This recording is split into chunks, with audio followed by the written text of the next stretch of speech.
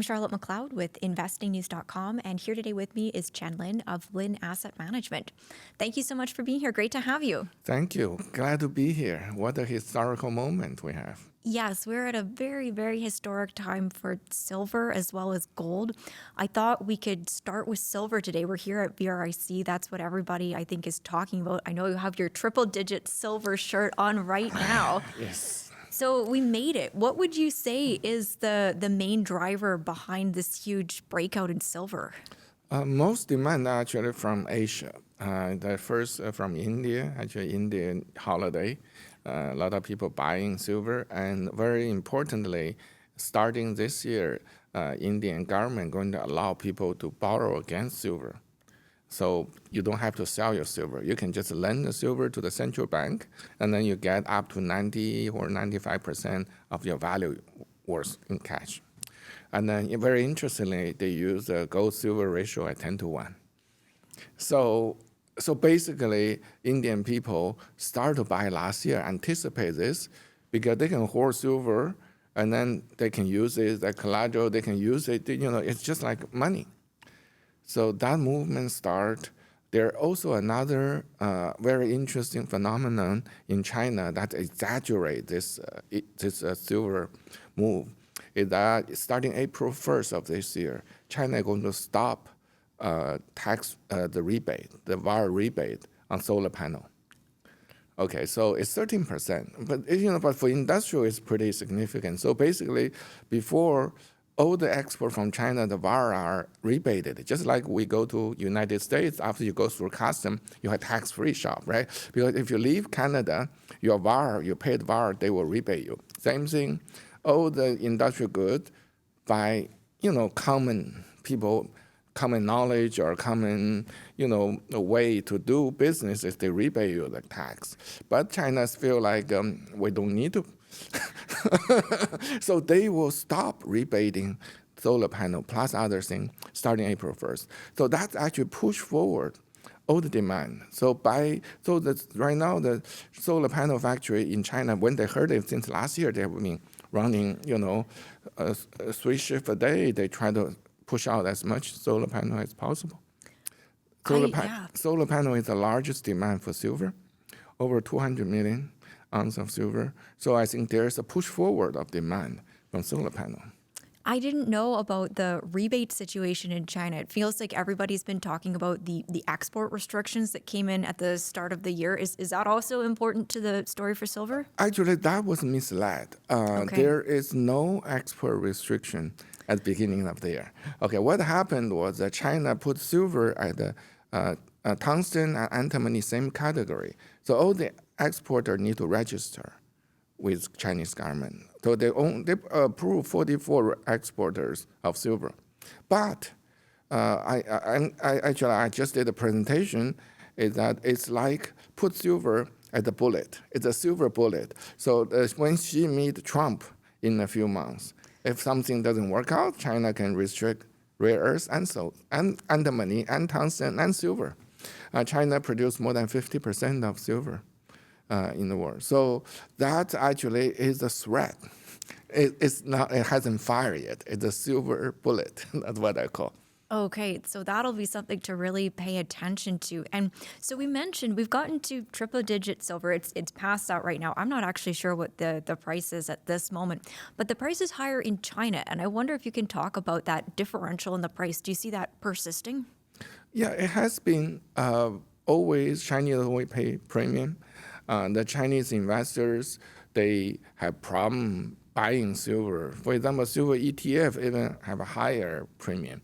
So as a result, China actually halted the silver ETF. So Chinese government actually is working with the CME, whatever, they're trying to cap the rise of silver. So there was a restriction of about 5 grams of silver per person per day. You think about it, that's kind of very, very tight restriction, but people can still buy. They buy physical, so then physical all sold out. So that's also, exaggerate this silver move.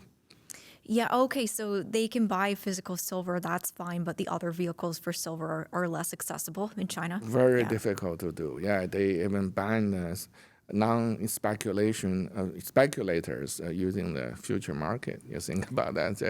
They try every avenue to cool down the silver price because China use silver. China, for a lot of industrial use. The government perspective, they don't want to see the rise of silver. Very, very interesting. And I wonder if you can talk a little bit about substitution of silver. So I've been hearing as the price goes up, solar panel manufacturers are looking at how they can use less silver, how they can maybe use copper instead. Is that a threat to demand for silver? Oh, definitely. They are, if you look at the different technology, the HJT and the other, the TOPCon, all these technology I discussed before.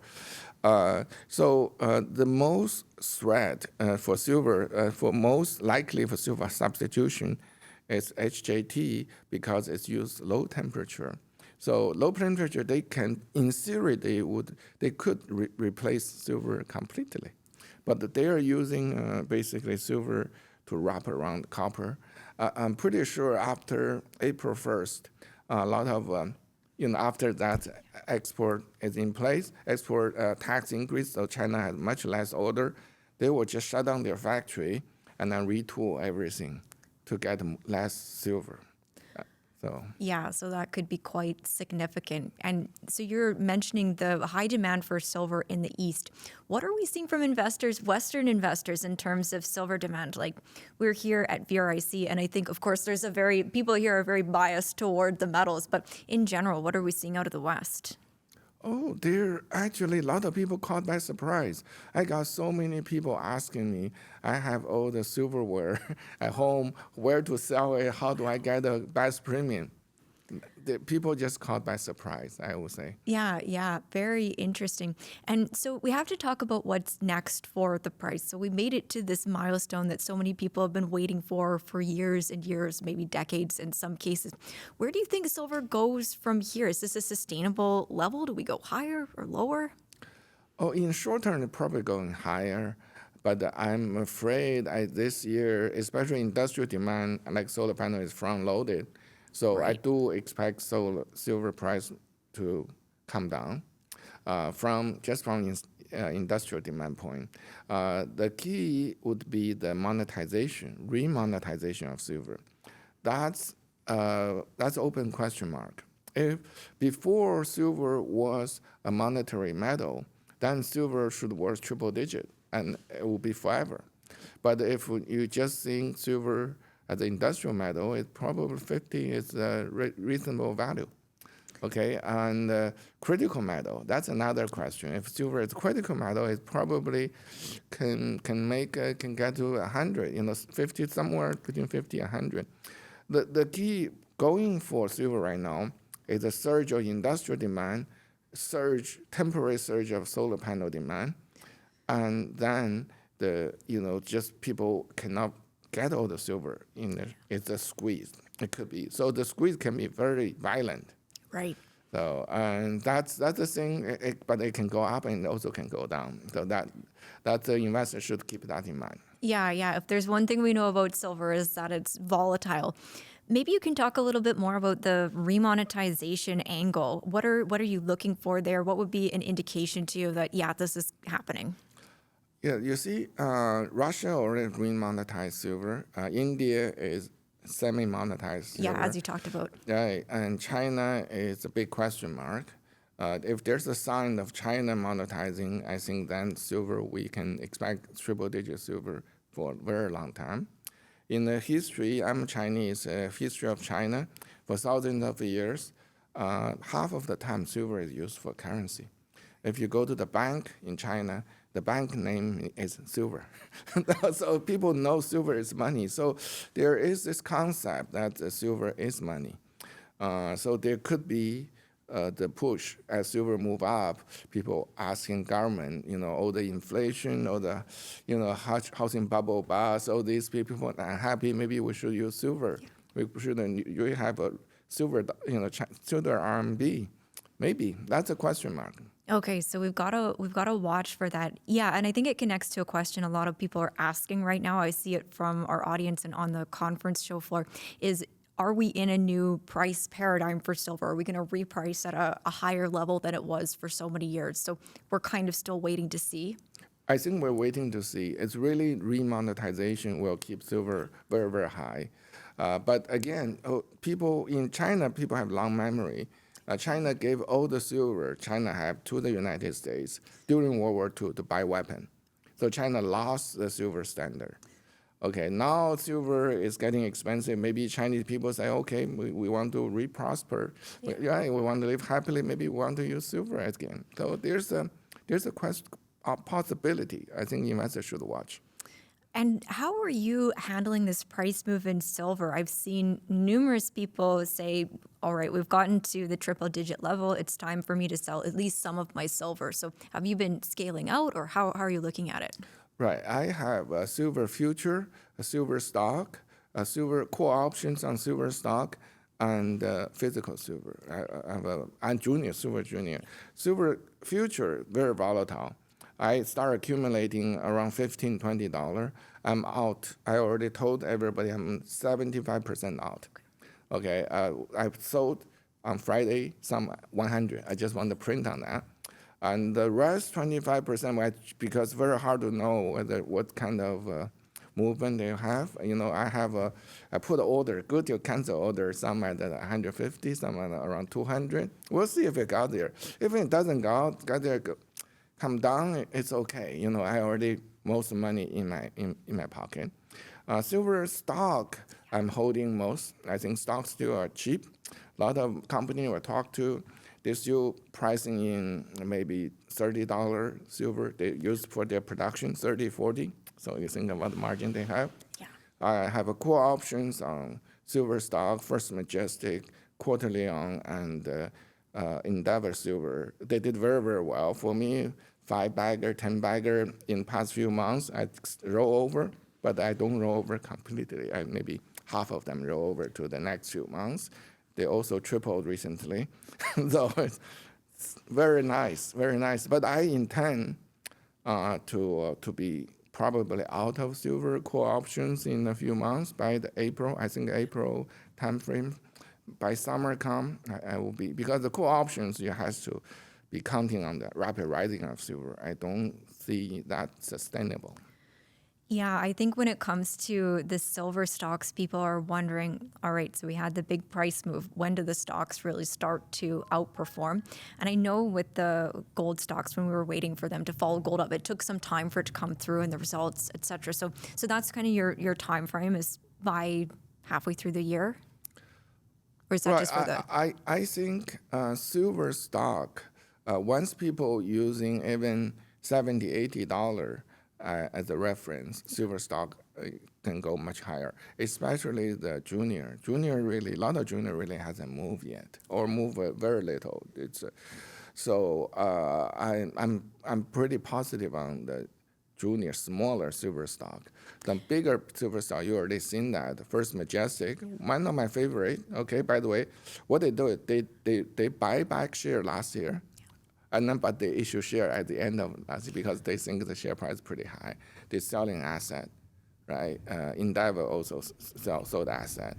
So that signs little bit warning sign. And when the market heating up, those are your investors should watch. Also, First Majestic lower the guidance. Why? Because they think they can mine lower grade silver. That means their cost will go up, production will go down. That's another warning sign. So there are warning signs. Yeah. That I went through the top and bottom, all the cycles. Those are things investors should watch. Yeah, it's good to know about those warning signs. But still, so you're looking at potential in the silver juniors. Any tips for people on evaluating the junior silver stocks? Because I know it's quite a small universe of companies. Yeah, absolutely. I usually, first important, the management team, the people, the backer of those silver stock, and then the catalyst. You really need to wait for the catalyst. You cannot hold on to a stock forever. The bull market is finished. So, and then also junior always need to raise money. So I always trying to follow the money trades, because sometimes when they raise money, the share got hit very hard.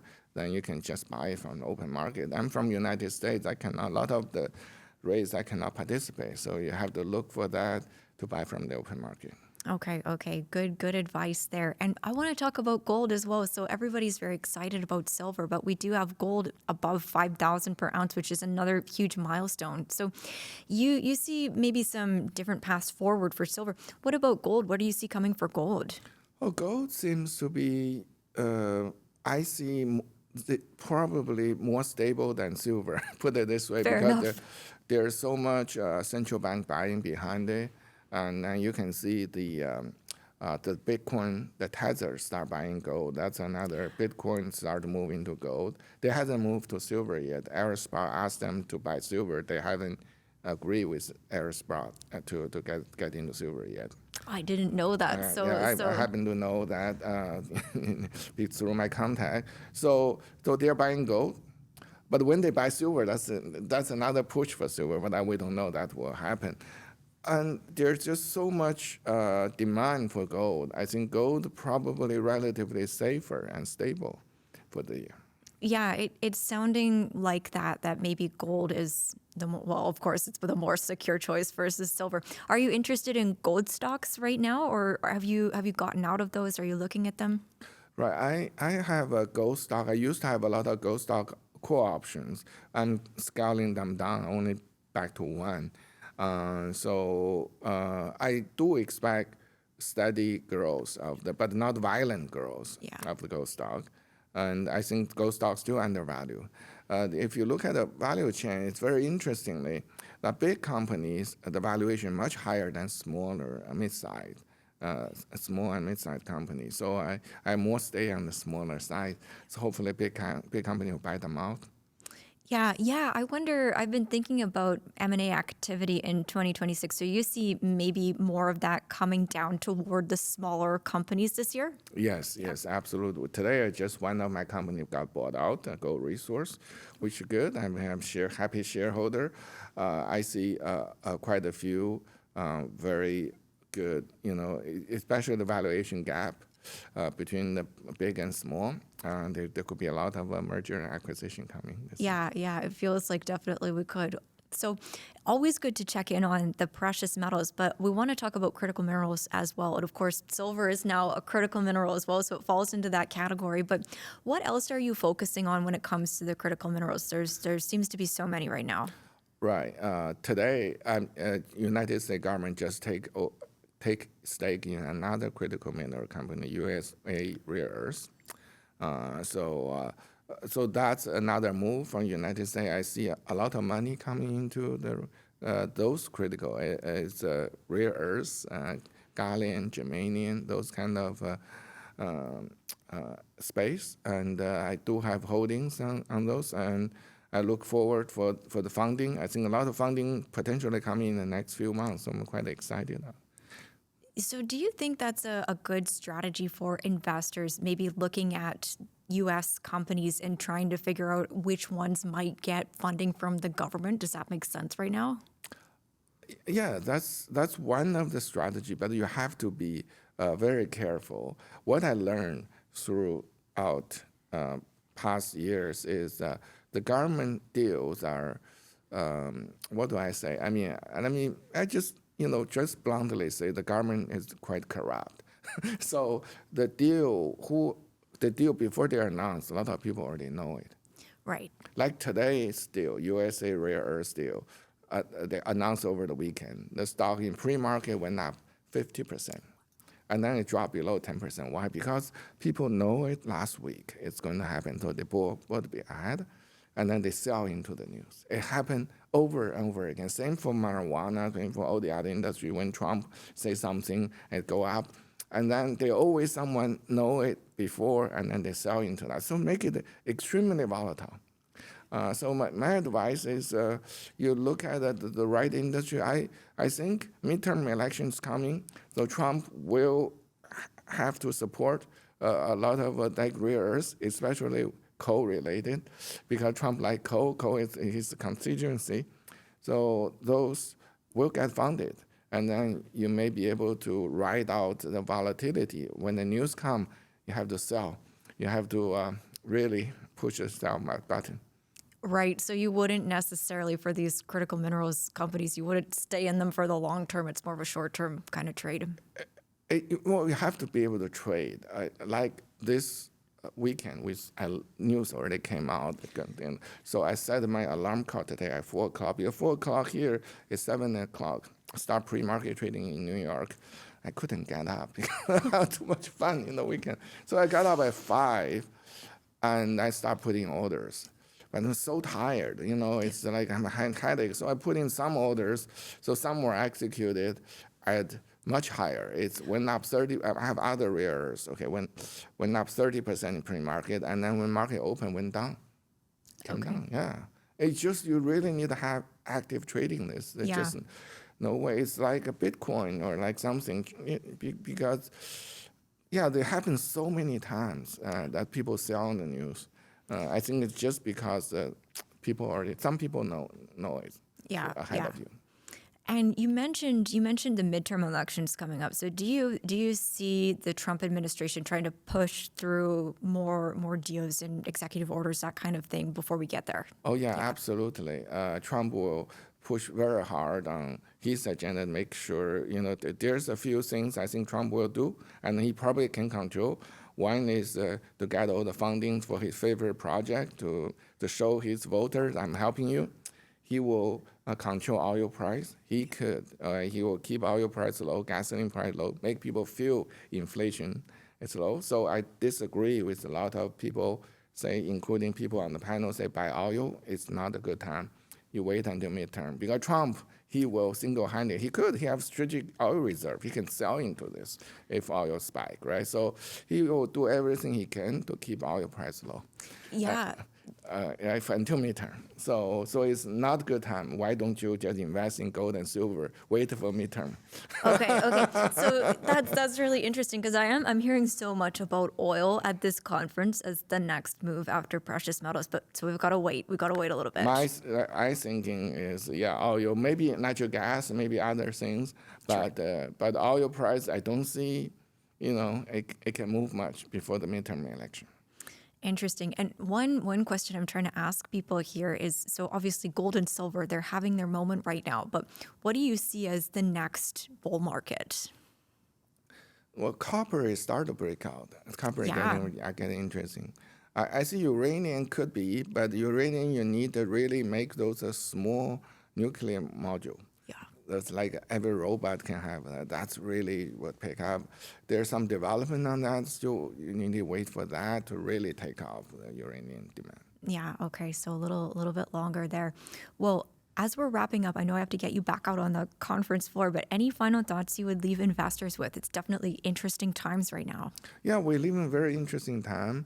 I think at this moment, and you need to be careful. Don't rush into some investment idea. There's a lot of pushing around. Some are bad projects. I mean, as one of my friends said, in the really screaming bull market, the bad project move up the most, actually. So, but you don't want to be trapped into those. Yeah, that's very tricky. Well, thank you so much for coming on to talk about silver and gold, the critical minerals. This was great. Thank you, Charlie. So glad to speak to you again. Yes, you as well. And once again, I'm Charlotte McLeod with investingnews.com, and this is Chen Lin.